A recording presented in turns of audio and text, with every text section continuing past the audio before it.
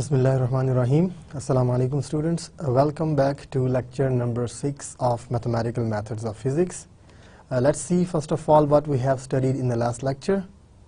We studied non-homogeneous integral equations of second kind with degenerate kernels. We saw a few examples of that as well. And then we went on to study homogeneous Fredholm integral equations with degenerate kernels, and we studied some examples as well. So we explicitly solved these two types of equation where we have converted our integral equations to a set of or to a system of algebraic linear equations. And then we studied the eigenvalues and eigenfunctions to get the solutions of integral equations. I hope you have gone through that lecture very carefully, and you did some examples of that as well, and you got the full understanding of that subject. We will continue with the same discussion. You will be getting again linear equations and eigenvalues, eigenfunction stuff. So today's outline of lecture number 6 is homogeneous Fredholm integral equations with degenerate kernels. So we have studied this in the last lecture, but we will see a couple of more examples which are a little different from the previous examples. All right? And then we will go on to study Fredholm alternative and then a few examples. So let's start with today's lecture, homogeneous Fredholm integral equations with degenerate kernels. First of all, let me start with an example. Last time we have studied this topic, so we saw a few examples as well. So let's carry on with that and solve the integral equation ux equal to lambda 0 to 1 3x minus 2 eta u eta d eta. All right. So this equation is definitely homogeneous Fredholm equation, and you can see this kernel, which is 3x minus 2 times eta, is degenerate kernel or separable kernel. You have one function of x and other is of eta. So g of x and h of eta. So what you can do is you can bring this x part of the kernel outside the integral. So that's what we did in the last next step. Ux equal to lambda times 3x minus 2 0 to 1 eta u eta d eta. Setting c equal to 0 to 1 eta u eta d eta, because we know that this we don't have any x here, we don't have any x in the limits, so this integral has to be a constant. And we are getting just one constant, so I'm not calling it c1, c2.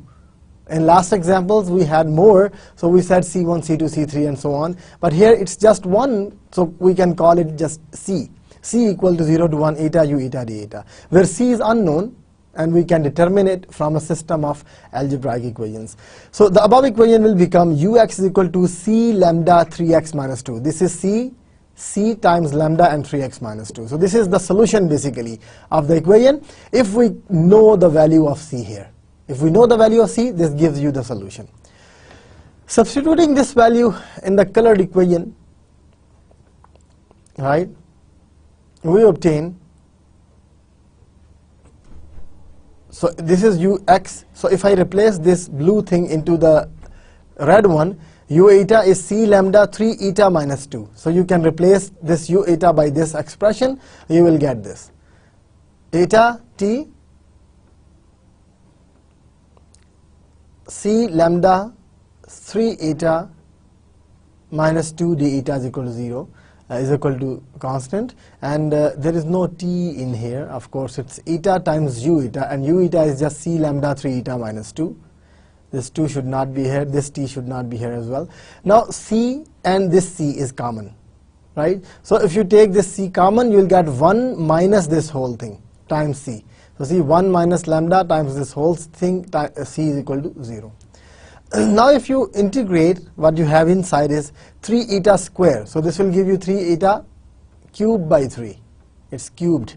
Minus 2 eta. So this will give you 2 eta square by 2.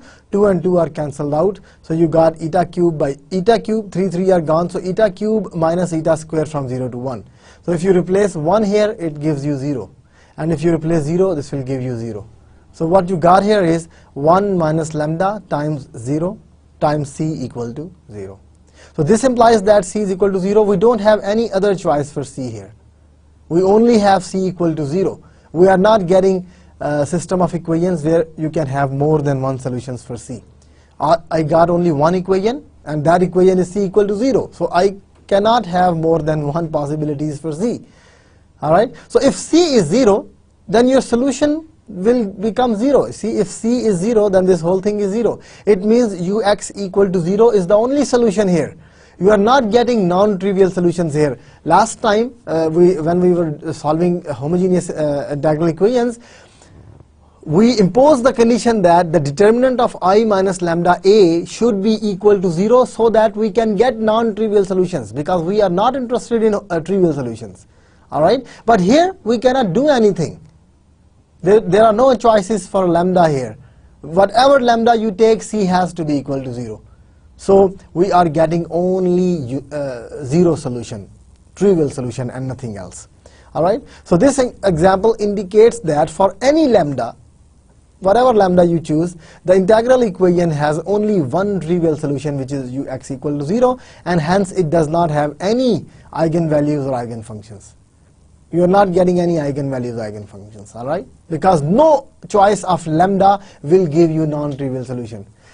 Eigenvalues are those values of lambda which gives you non-trivial solutions. But here I am not getting non-trivial solution. No matter what lambda is, your solution is trivial. So it means all the values of lambda are, no value of lambda is an eigenvalue or characteristic number. We can call characteristic number as well. Eigenvalue has another name. Alright? So this is a special type of equation where you are not getting non-trivial solutions. That's the reason I included a couple of more examples from the same topic which we studied last time. Alright? So this was the reason. Let's see another example. The equation Ux equal to lambda 0 to 1 square root of x eta minus square root of eta x times u eta d eta. So now our kernel is this, and this kernel is also degenerate. You see, degenerate kernel, function of x, function of eta, plus function of x, function of eta. Alright, so this is a degenerate kernel. So again our claim is it has no real characteristic numbers and eigenfunctions. So again you will be getting just trivial solution. Let's see how.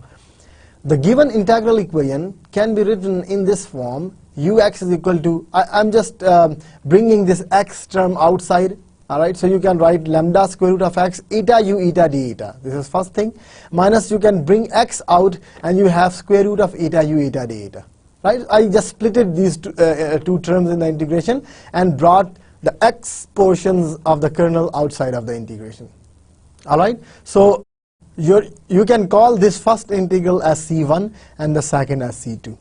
Right? Because this is a constant, this is a constant. Unknown constant, but they are constants, so we can call them C1 and C2. Alright? So you got C1 lambda square root of x plus, minus C2 lambda x. So this is your solution now. If you can determine C1 and C2, this will give you the solution. Now what we do is, we replace this Ux in here, U eta and U eta. We replace on the right hand side and find out the solutions for C1 and C2. Alright, so what we did is, we replaced the values of Ux, which is C lambda square root of x minus C2 lambda x, in here U eta in C1 and C2, so you got these two equations. This is your U eta, this is your U eta. Now if you integrate and simplify, you are getting this homogeneous set or system of equations, which is 1 minus 2 lambda by 5 C1 plus lambda by 3 C2 equal to 0. And from second equation, you will get minus lambda by 2 C1 plus 1 plus 2 lambda by 5 C2 equal to 0. Now, the determinant of this system is this one. You see, what is the determinant of this system? Multiply these two and minus this. Alright, so if you multiply and simplify, you will get 1 plus lambda square by 150. Just find the determinant of the coefficient matrix. Alright, this is 1 plus 4 lambda square by 25. Right, this is 1 minus 4 lambda square by 25, and then this is plus lambda square by 6. So if you add 4 lambda square by 25 and lambda square by 6, you will get lambda square by 150. Alright, which is not equal to 0 for any real lambda. You see, this is lambda square by 150 is always positive. plus 1 is always positive. So this expression is always positive. It can never be equal to 0. Alright? So we don't have any real lambda here. No real value of lambda satisfies this equation. Thus from linear algebra, we know that C1, C2 has to be equal to 0, and so Ux is equal to 0. See, if determinant is not equal to 0, it means it is invertible. If it is invertible, you multiply by inverse on the right hand side, and right hand side is 0. So any matrix inverse times 0 will give you 0. So C1, C2 have to be equal to 0. Right? So if the determinant of the coefficient matrix is not equal to 0, then it means your matrix is invertible. You multiply by the inverse, so you will get C1, C2 is equal to inverse times 0, 0. So everything is 0, 0. You got C1 and C2 both equal to 0. So if C1 and C2 are equal to 0 here in this equation, if C1, C2 equal to 0, then Ux has to be equal to 0. So this is your only solution. Again, you see, you did not get any real eigenvalue here, no characteristic numbers, and your eigenfunctions are not there. We cannot call Ux equal to 0 an eigenfunction. Eigenfunctions can never be equal to 0. Alright? Only non-trivial functions, non-zero functions are eigenfunctions. So what's happening here is, the statements regarding the existence of the solutions of the non-homogeneous and homogeneous system of n linear equations. This is a non-homogeneous system of equations, this is a homogeneous system of equations. And how they relate to the existence of the solution of non-homogeneous and homogeneous Fredholm integral equations are valid even when the kernel is not degenerate and are summarized in the following propositions. So basically, if you recall linear algebra, आपने linear algebra में पढ़ा होगा system of equations के solution कब exist करते हैं? Non-homogeneous, which is this one, and the homogeneous. So non-homogeneous system के solutions exist करने के लिए जो भी statements हैं वही statements true होंगी integral equation के solution के लिए भी, क्योंकि हमने integral equation को system से relate कर दिया. उसका solution है तो integral equation का solution है, इधर solution नहीं है तो integral equation का भी solution नहीं है. ठीक है, तो इसी ये relate हो जाते हैं existence of solution of non-homogeneous and homogeneous Fredholm integral equations के साथ. तो हम इनको summarize करते हैं linear systems, जो algebraic systems हैं, इनकी जो statements थी उनको as propositions लिखते हैं कि कब integral equations के solution exist करेंगे और कब नहीं exist करेंगे. ठीक है, so this is basically called the Fredholm alternative. Fredholm alternatives. So the first proposition is, if the homogeneous integral equation, which is of course Fredholm integral equation, right? You see, limits are constants from a to b, so it's a Fredholm integral equation, has only the trivial solution, then the corresponding non-homogeneous integral equation always have one and only one solution. अगर homogeneous equation का सिर्फ zero ही solution हो, zero solution, तो फिर जो corresponding non-homogeneous system है उसका एक unique solution होगा. अब अगर आप थोड़ा सा सोचें तो आपको ये बात समझ आ गई होगी कि क्यों. ठीक है, वो इसलिए कि यहाँ पे देखिए, मैं ये दोबारा सिस्टम्स के लिए, अगर इसका सिर्फ जीरो सोल्यूशन है, इसका क्या मतलब हुआ कि i माइनस लैम्डा a जो है वो इन्वर्टेबल है. इन्वर्टेबल है तो आप इन्वर्स को राइट साइड में मल्टीप्लाई करते हैं तो जीरो सोल्यूशन आ जाता है. ठीक है, इसके अलावा कोई सोल्यूशन नहीं है. तो अब यही बात यहाँ पे कि अगर i minus lambda i invertible है तो आप इन्वर्स को राइट साइड पे f मल्टीप्लाई करें ना तो आपको एक ही सोल्यूशन मिलेगा c का, जीरो नहीं होगा, अब वो एक ही सोल्यूशन मिलेगा. लिहाजा अगर होमोजीनियस सिस्टम का सिर्फ जीरो सोल्यूशन एग्जिस्ट करता है और कुछ भी नहीं, तो फिर नॉन होमोजीनियस सिस्टम का यूनिक सोल्यूशन एग्जिस्ट करेगा, एक से ज्यादा नहीं. ठीक है, तो यही चीज हमने पहली प्रोपोजिशन में लिखी.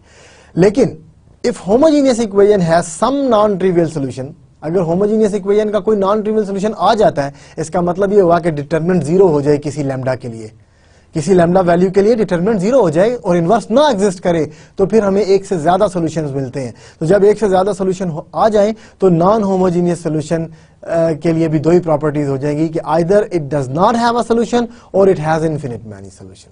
Alright, then your corresponding non-homogeneous integral equation has either no solution or infinity of solutions or infinite many solutions depending on the given function fx.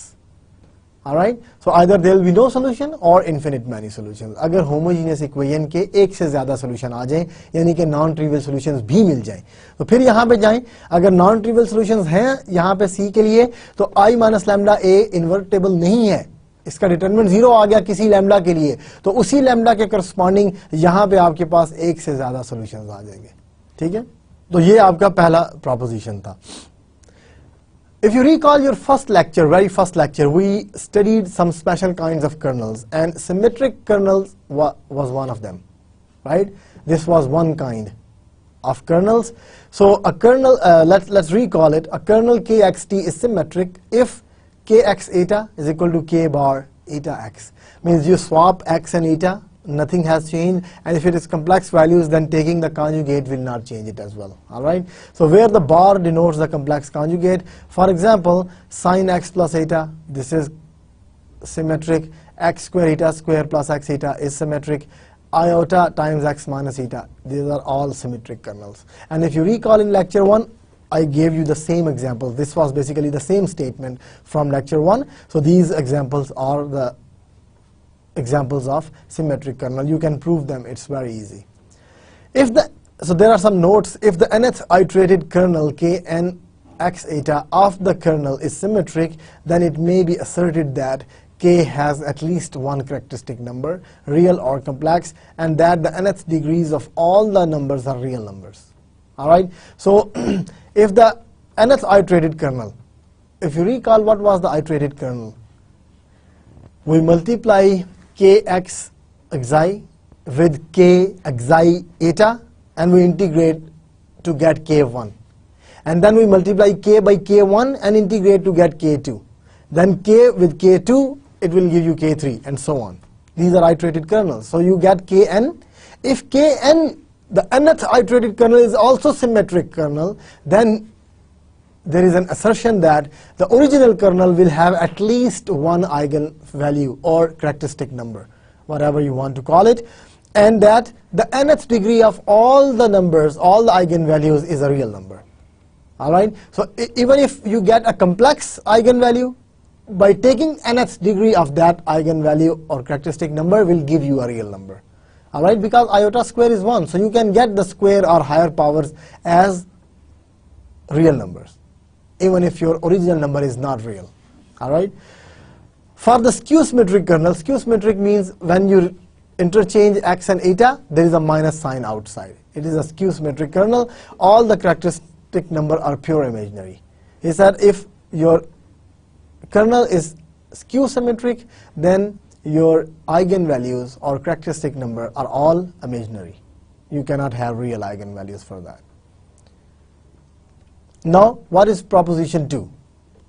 Fredholm alternative has two propositions.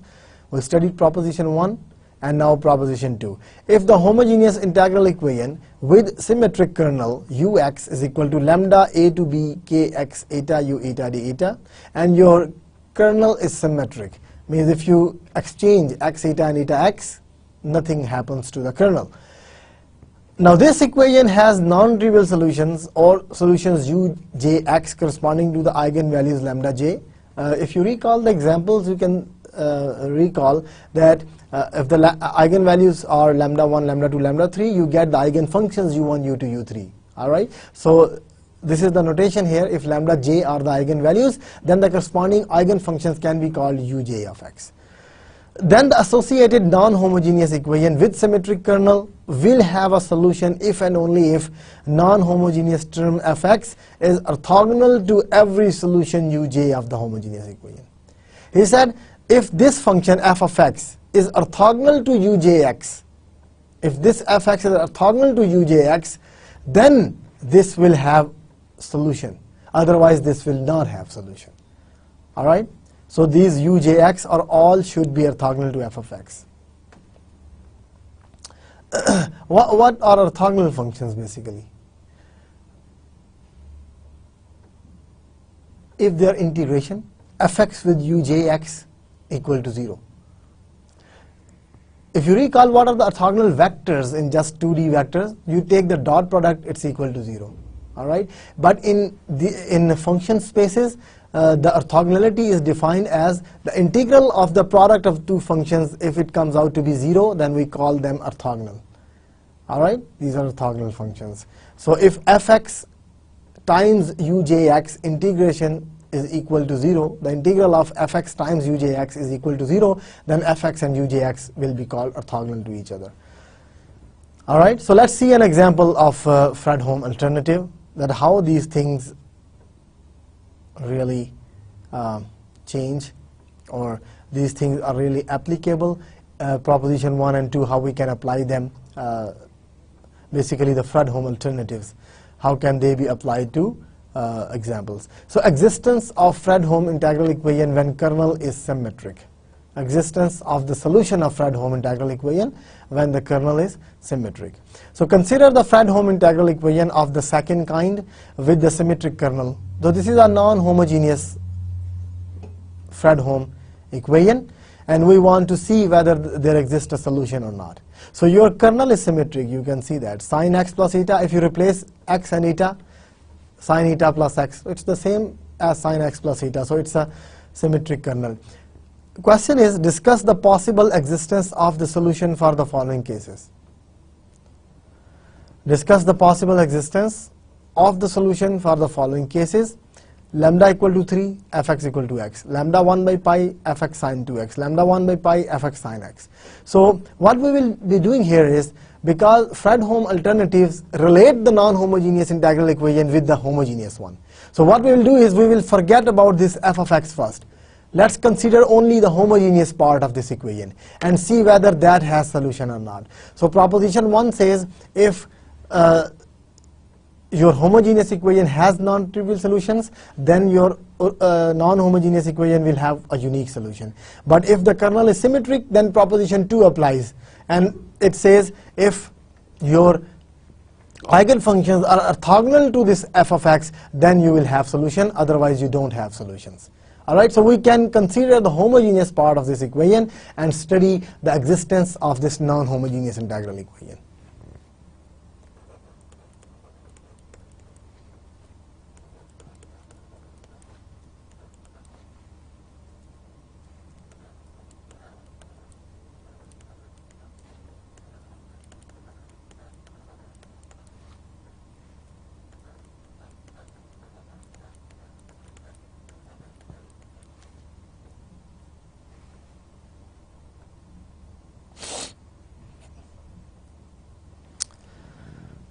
Alright, so this is our example. Alright, so as I mentioned before, that we will consider the homogeneous equation, consider the corresponding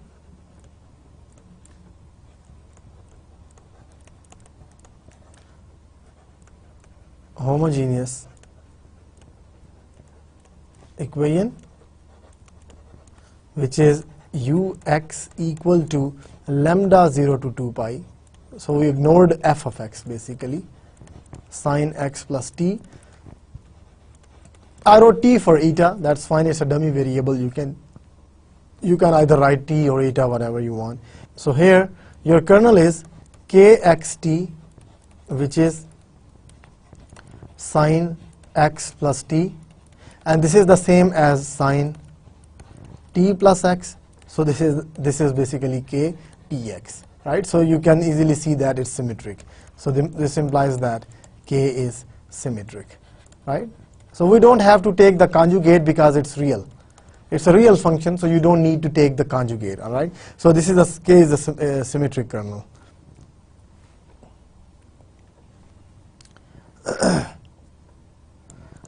Now let's see whether it's degenerate or not. We don't need degeneracy, but to solve this equation, it's better because we solved with degenerate kernels. We solved these homogeneous equation. So you see, this is sin x cosine t plus cosine x and sin t. Right? This is sin alpha plus beta, simple formula. So this implies that. So if I write this as summation a k x and b k t. If I write it as this, so k goes from 1 to 2, so we can write it like this. So where, what is your a1? a1x is sin x, the x part in first term, a2x is cosine x, right? And similarly b1t is cosine t, and b2t is sine t. Alright, so this is a1 b1, a2 b2. So it means this is degenerate kernel as well. Alright, so K is degenerate or separable as well. We didn't need degeneracy for the proposition, but for the solution, if it is degenerate, of course it's very easy to solve it. K is degenerate.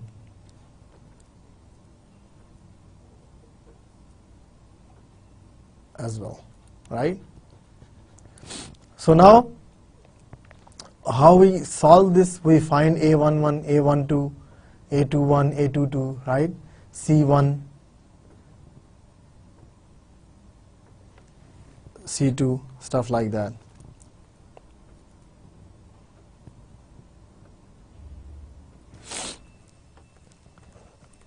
So what is a11? 0 to 2 pi was our interval, right? It is b1x a1x dx, right? So that is 0 to 2 pi. b1x is cos x, a1x is sin x dx. So this is equal to 0. This is an example of orthogonal functions. If you just want to recall it, if the product of two functions, the integral is 0, it means they are orthogonal in this range from 0 to 2 pi. a12 is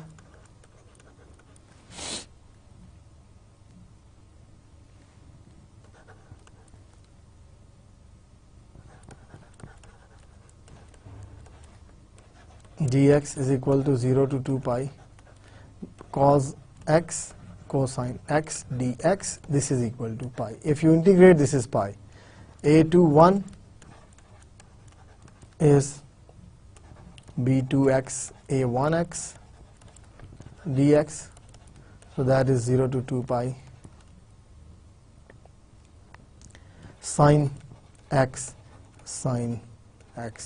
dx. So this is also equal to pi, and a22 is 0 to 2 pi b2x a2x dx, which is 0 to 2 pi. One is sine x and one is cosine, and sine and cosine are orthogonal functions, so this is 0.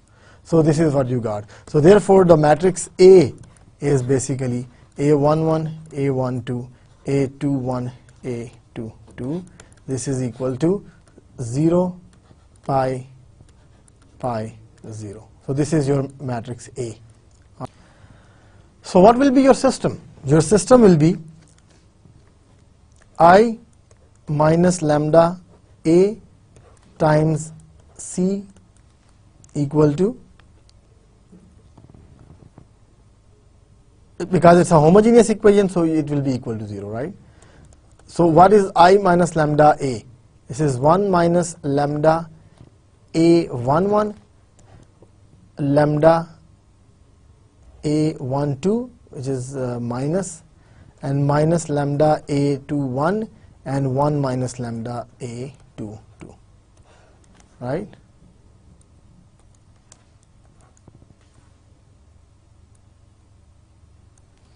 Lambda A22. So this is what you got times C1 C2 equal to 0, 0. So this is what you need. And now you have the values a11, a12 and so on. So a11 is 0, a22 is 0. So you got 1 minus pi lambda minus pi lambda and 1, right? I just replace the values of a11, a12, a21, a22. So this is what you got. So now if you find the eigenvalues, right, what we do is we say the determinant of I minus lambda A has to be equal to 0.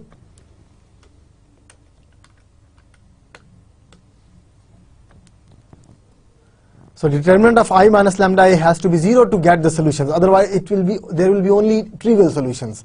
So from here, if I take the determinant of 1 minus pi lambda minus pi lambda and 1, equal to 0. So this implies that 1 minus pi square lambda square equal to 0. So from here your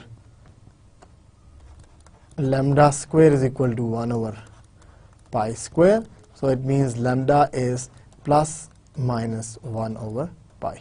So it means you got eigenvalues here, characteristic numbers. You got two characteristic numbers. It means you are not getting only the homogeneous solution or the zero solution, trivial solution. Why? Because there are values of lambda which will make this matrix non-invertible, and then you may get more values of C. Alright, so we got two distinct real eigenvalues. Lambda is 1 over pi and lambda 2 is minus 1 over pi. So these are two distinct. So if you want to find the solutions now, what you will do is you will proceed for lambda 1, let's say 1 over pi. For this value, your I minus lambda a times C is equal to 0. So I minus lambda a will become 1 and minus lambda pi, right? Your I minus lambda a was minus lambda pi and 1. This was your equation. And now your lambda is 1 over pi, so pi and pi will be cancelled and you will get 1 minus 1 minus 1, 1. C1, C2 is equal to 0, 0. So both equation gives you C1 equal to C2. So one of them has to be free variable. Alright. So therefore, the solution is, what is the solution of your integral equation? It is lambda times C k a k x.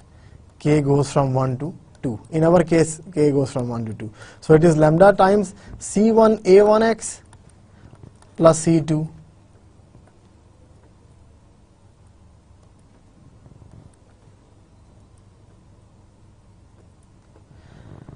plus C2 a2x, right? C1 a1x plus C2 a2x. So this is what you got here. So lambda is 1 over pi, you can replace, and C1 and C2 are the same, so you can just keep one of them. So maybe C1 a1x is cosine x plus C2 is again C1, so it is sine x. A2x is sine x. At the beginning you can see it's cos x and sine x. So what you got is, you got ux is equal to C1 over pi cos x plus sine x. Alright, so if you want to choose, you can choose, because C1 is arbitrary, right? C1 is arbitrary. So you can choose any value. So for convenience, if you choose pi, this C1 and pi will be cancelled, right? And you can call u1x as cosine x plus sine x. Alright, so this is your eigen function corresponding to, this is your eigenfunction corresponding to lambda 1 is equal to 1 over pi. Because we called the eigenvalue lambda 1, that's why I'm calling the eigenfunction u1. Alright, so this is one of the solutions of the integral equation. Alright, so this is what you got, one pair. So you got one pair, lambda 1 is 1 over pi and u1 is cosine x plus sine x. So this is one pair.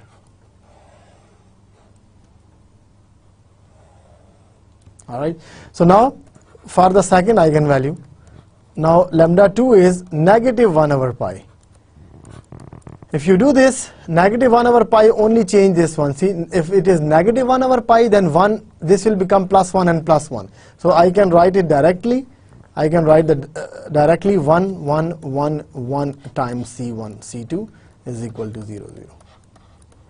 So in this case, your C2 is negative C1, right? And therefore, what will be your ux?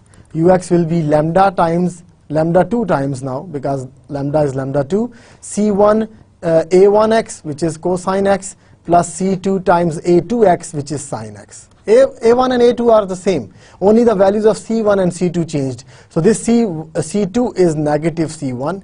So if you bring C1 out, you will get cos minus sine. So you got C1 minus C1, lambda 2 was pi, right? So it's minus C1 cosine x minus sine x. So again, for convenience, you can choose, again, C1 is arbitrary, so you can choose C1 to be negative pi, let's say, and this will give you u2x as cosine x minus sine x, right? So therefore, eigenvalues and eigenfunctions are, this is your eigenvalue and the corresponding eigenfunction u2x. This is the eigenfunction corresponding to, of course, negative 1 by pi, so cosine x minus sine x. So this is your second solution. All right. So these are the solutions of our homogeneous equation. Now the example was, we need to discuss 3 cases. He said discuss 3 cases when lambda is equal to 3 and fx is equal to x, because now we are dealing with the non-homogeneous equation. If you look at the beginning, we wanted this one, right? This is our given equation. This is our non-homogeneous equation, and the question was, discuss the existence of the solution for lambda equal to 3 and fx equal to x. That was our one case. Second was lambda 1 by pi and fx is sine 2x, and similarly the third case. So now we forgot about this f of x. We studied the homogeneous part, and we saw that lambda 1 by pi and minus 1 by pi are the eigenvalues. All right. Now if we discuss lambda is equal to 3 and fx equal to x, it means lambda is equal to 3 is not equal to plus minus 1 by pi. It's not one of the eigenvalues.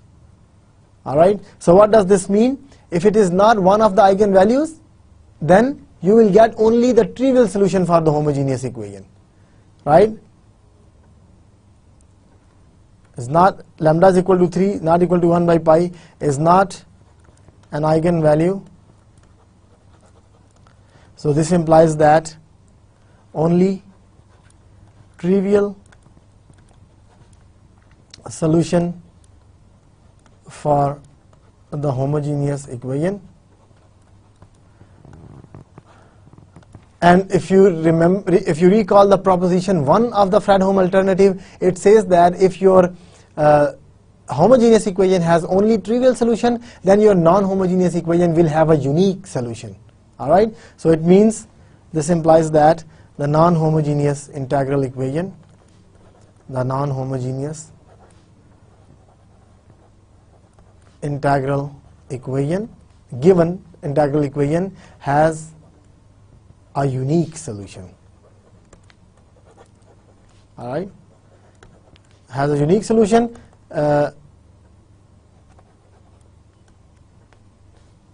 to find that solution,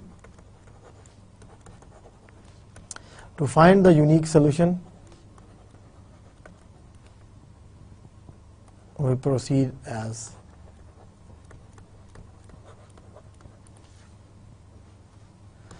ux, that unique solution will be, of course, fx plus lambda summation ck x, right? For homogeneous, we had this one, only lambda times this, but now you have fx as well. So this is x plus lambda is 3 now. He gave us fx 3 and lambda 3. Fx is x and lambda is 3. This is given, and inside you have c1 a1x, which is cos x, plus c2 a2x, which is sin x. So this is our solution. But now, what is c1 and c2? C2 is not the same which we have found for 1 over pi and negative 1. It will be different. All right. So where c1 and c2 are determined or can be determined from, it can be determined from I minus lambda a C equal to F now, right? I minus lambda AC equal to F, because now it's not a homogeneous, right hand side is not 0 now, and right hand side depends on this function f of x. Alright, so what is F here?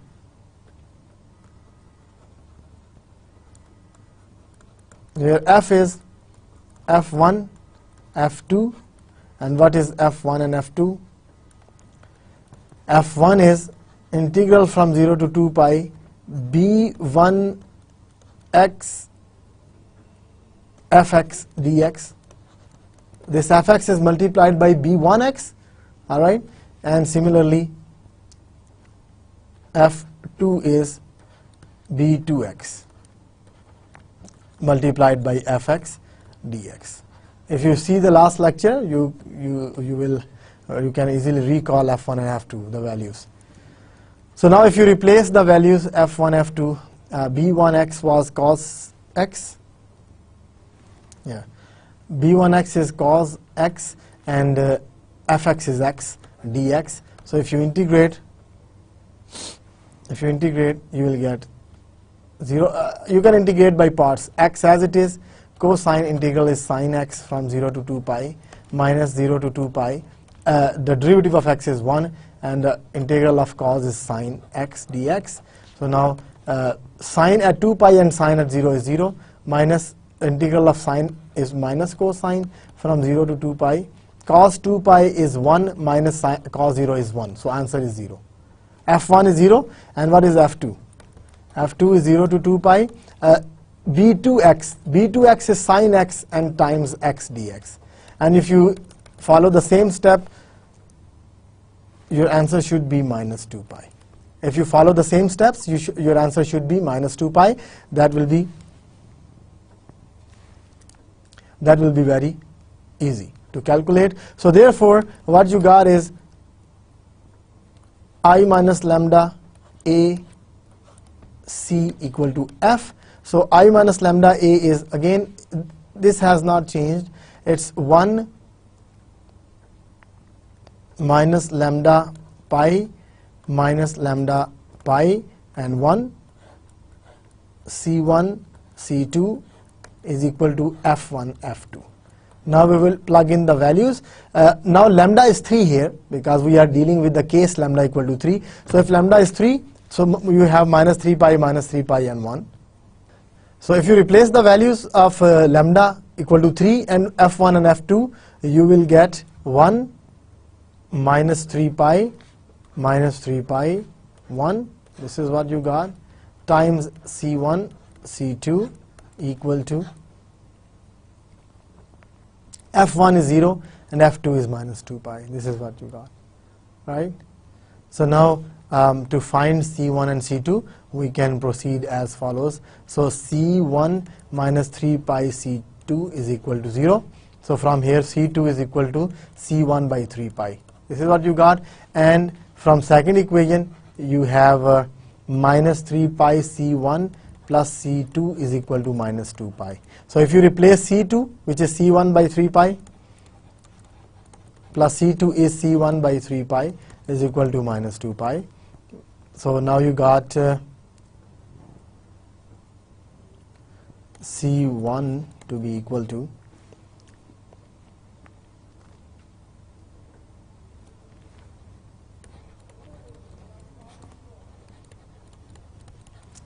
So you got C1 is equal to 6 pi square over 9 pi square minus 1. And if you replace this back in here, in C2, you will only get 3 pi will be cancelled. So you will get 2 pi over 9 pi square minus 1.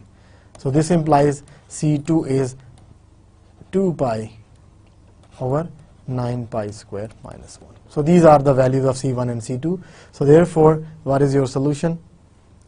Hence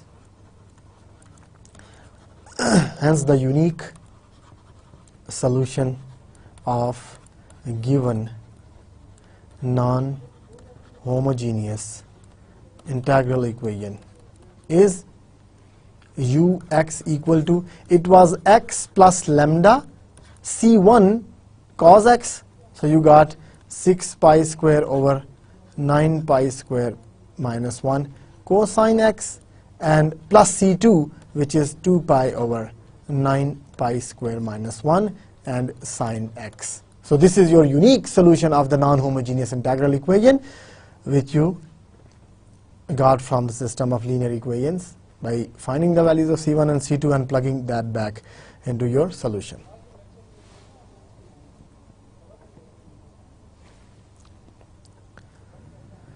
If you want to further simplify it, you can do that. Multiply 3 inside and you will get a solution like this. Ux is equal to x plus 3. 6 3s are 18 pi square by 9 pi square minus 1 cosine x, and plus 2 pi times 3. So 6 pi by 9 pi square minus 1 sine x. So this is your solution of the integral equation. All right. So we discussed the case 1. So even if you don't want to find the solution from the eigenvalues, let's say if he says your lambda is equal to 3. So what you can say about the solution?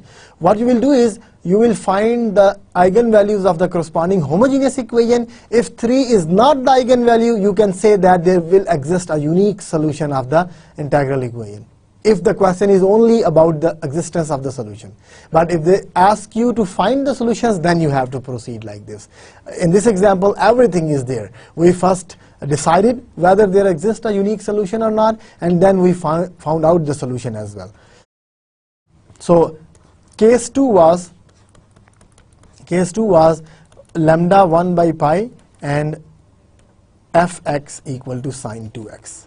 Right? In that example, your lambda is 1 over pi and fx is sine 2x. So now what you can say about the solutions? This is your question. So here, lambda 1 over pi is one of the eigenvalues. Lambda equal to 1 over pi is one of the eigenvalues, right,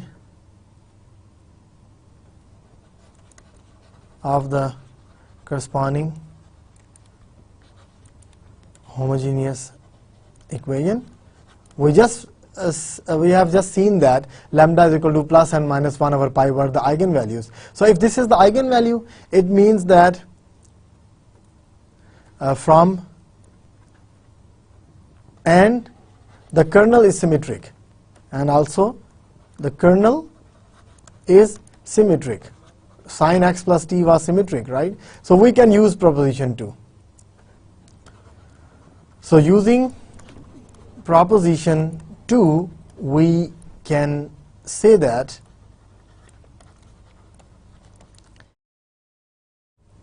there exists infinite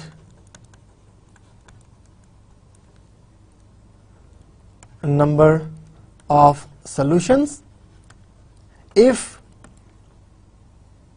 your fx is orthogonal to, if you recall proposition 2, what was that?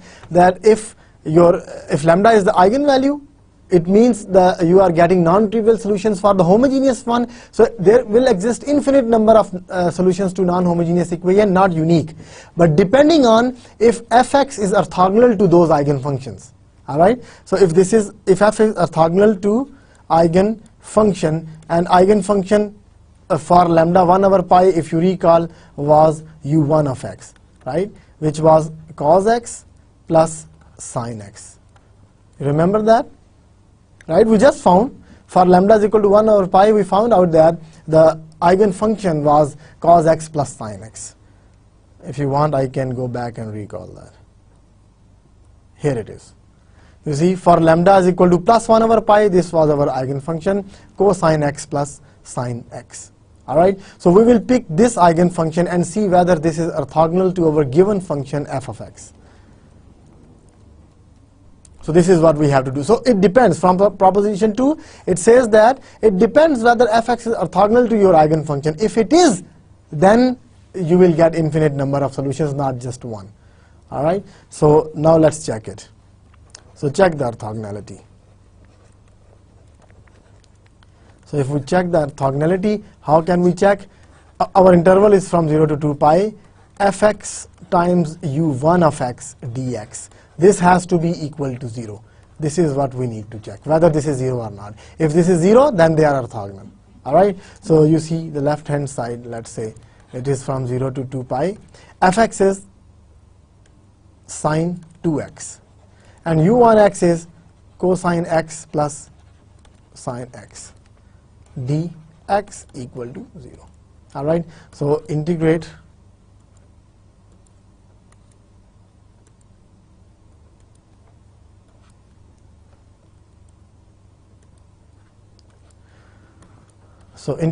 it's sine 2x cosine x dx sine 2x sine x dx.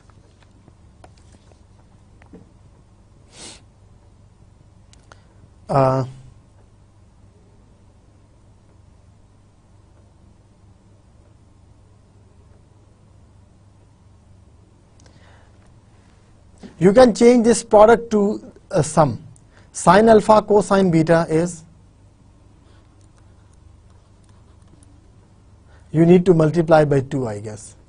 You need to multiply by 2, and if you multiply by 2 divide by 2, you multiply by 2 divide by 2. You will get 2 sine alpha cos beta is sine alpha plus beta, so sine 3x, and plus sine alpha minus beta, which is sine x. This is what you will get from here. And again 1 by 2, sine into sine, you need minus basically. You need minus 2 for that. So this will become minus 1 over 2, and 2 sine alpha cos beta is cosine minus cosine. So this is cosine 3x minus cosine x, right? These are simple trigonometric formulas, and now if you integrate them, you will get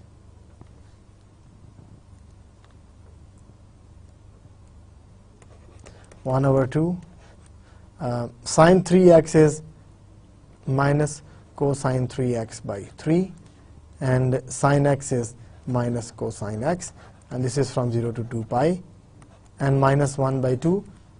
Cosine 3x is sine 3x by 3,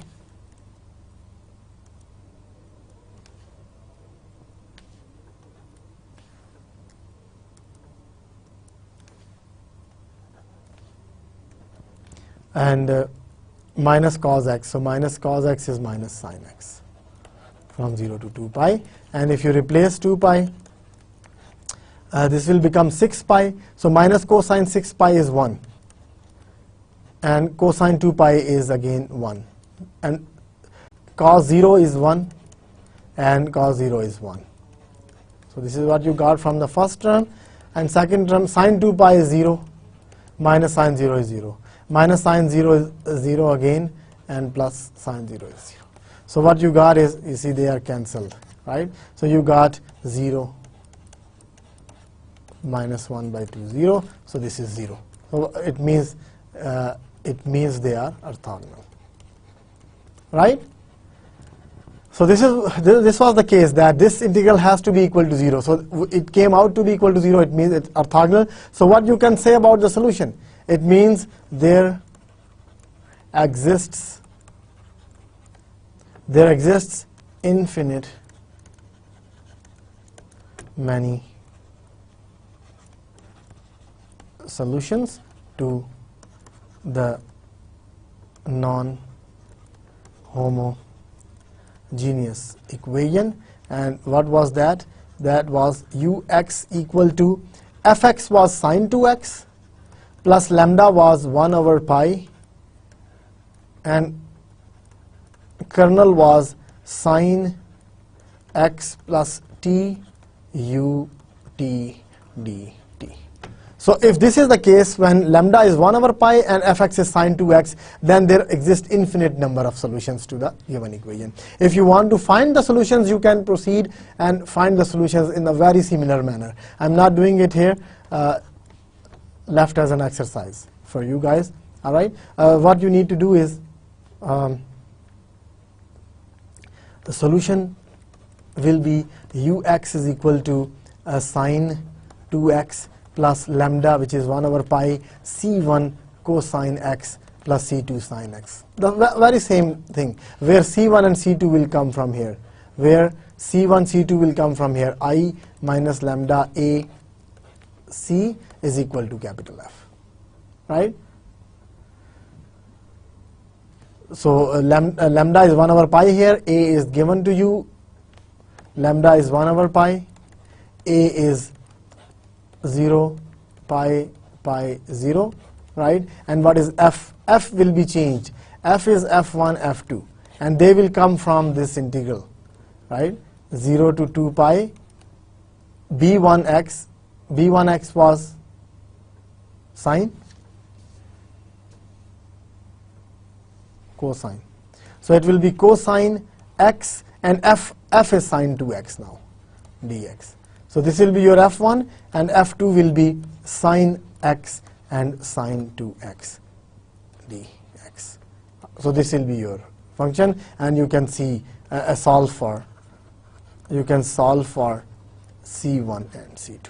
So whatever c1, c2 you will get at the end, plug them in here, and that will give you a solution. And you will see that one of c1 and c2 will be arbitrary. That's why you are getting infinite many solutions, or you will get no solutions at all.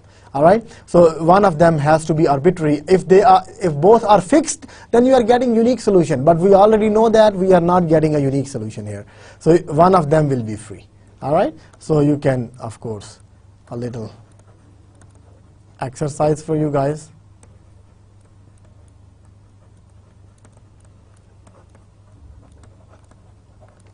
A little exercise for you.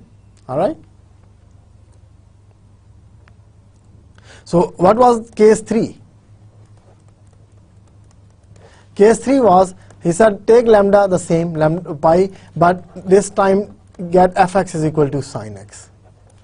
So what is the difference between these two examples here? Lambda is still the same, so I can say that lambda is one of the eigenvalues. It means and the kernel is symmetric, so again we can use proposition 2, and we can say that there exist infinite number of solutions if fx is orthogonal to the eigenfunction.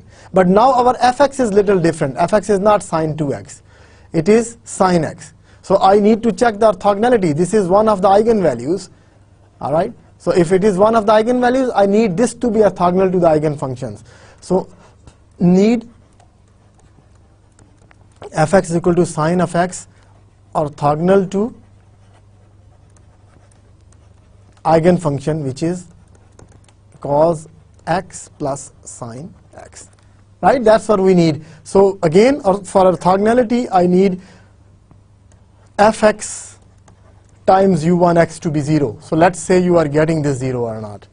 In last case, we got this to be equal to 0, but now we have sine x instead of sine 2x. And this is cosine x plus sine x dx. And now it is from 0 to 2 pi sine x cosine x plus sine square x dx. All right. This can be integrated even without converting them to sum. We can integrate, because I can write this as 0 to 2 pi sine x cosine x dx plus sine square is what? Sine square is 1 minus cosine 2x by 2 dx. All right. So now you can integrate. How you can integrate? The derivative of sine is cosine. So you can write sine square by 2. Right. So this will become sine square x by 2 from 0 to 2 pi, because the derivative of sine was given. And then the integral of 1 is x, and integral of cos 2x is sine 2x by 2. So you got x by 2 minus sine 2x by 2, and 2 was already there, so it is 4 from 0 to 2 pi. So this is sine square 2 pi is 0 minus 0. So this is gone. Here it is 2 pi by 2 minus sine 2 pi is 0, and minus 0 is 0 plus sine 0 is 0. So what you are getting is pi here. This is not equal to 0. This implies that fx is not orthogonal to U1x, right? This is not orthogonal to U1x, but your proposition 2 says that if the kernel is symmetric, then you will get, and lambda is one of the eigenvalues, then you will get the solution if and only if fx is orthogonal to u of x. So it means we are not getting the solution here. All right? So this implies that there is no solution for the integral equation. And what is the integral equation? Integral equation is ux is equal to fx, which is sine x, plus lambda was 1 over pi, 0 to 2 pi, and kernel was sine x plus t, u t dt. So see, by changing just this f of x, in last example, if you recall, this last example, I said there will be infinite many solutions. Every other thing is the same, but sine 2x. And now this sine 2x is replaced by sine x.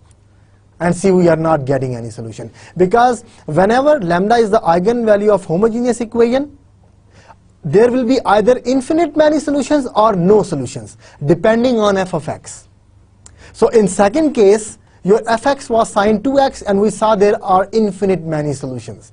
But in this case, your fx is sine x, which is not orthogonal to your eigenfunction, so we are not getting any solution. This was proposition 2. Right? So Fredholm alternative is a very good thing. Basically, it's a very nice theorem, very nice propositions that before even calculating the solution, tells you that whether there will exist a solution or not.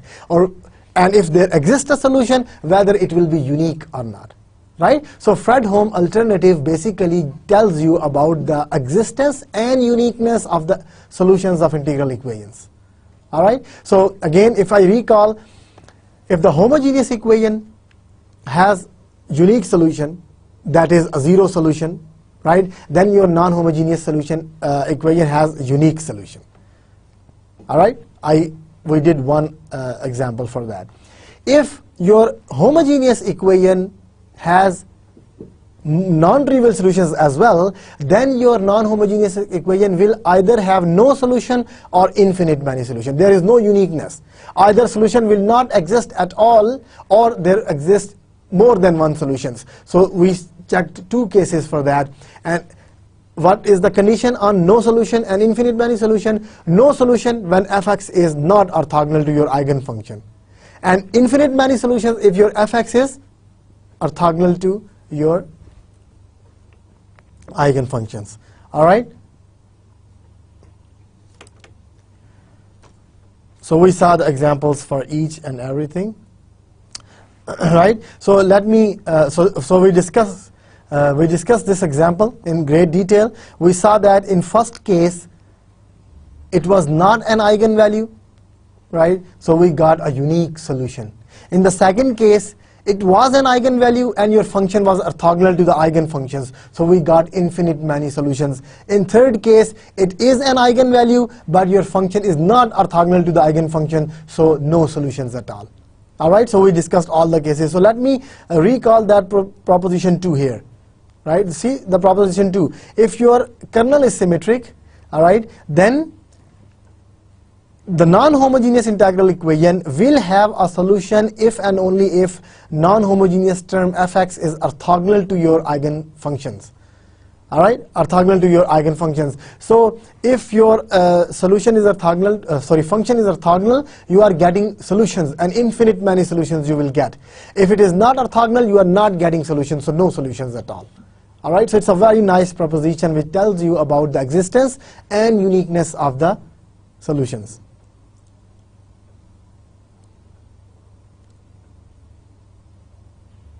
Right?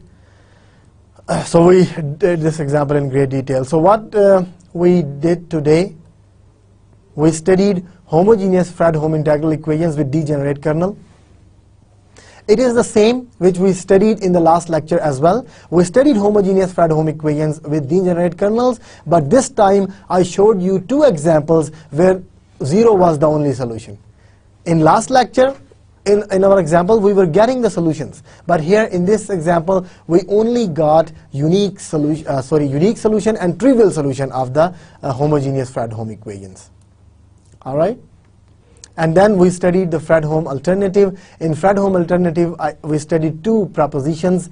One was if homogeneous equation has zero solution only, then your non-homogeneous solution will have a unique solution. And then proposition 2 says if your kernel is symmetric, then your non-homogeneous equation, if lambda is an eigenvalue and your non-homogeneous equation has a solution if and only if your fx is orthogonal to your eigenfunction.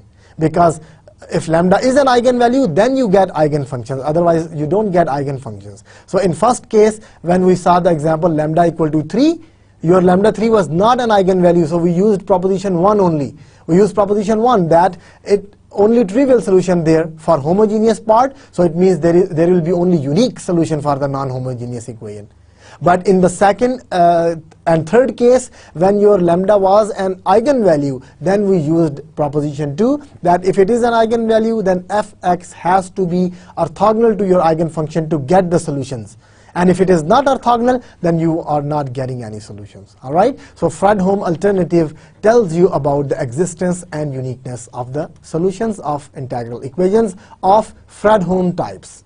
That's why it is called Fredholm alternative. It doesn't tell you anything about Volterra equations. All right? So this is it for today's lecture. All right? I hope you understand it as I hope every time. After every lecture. So again, my advice for you guys is that do it today, don't leave it for later on. All right, see this lecture. If there is anything which is not clear, try to understand it. Pick more examples from any book of integral equations. All right, pick more examples, try to solve them, try to apply this Fredholm alternative, that how we get to know whether there will exist a solution or not, and if the solution exists, then whether it will be unique or not. All right? So with that, I will thank you for being with me for past more than 1 hour. All right? And I hope to see you again in next lecture. Till then, Allah Hafiz. Assalamu alaikum.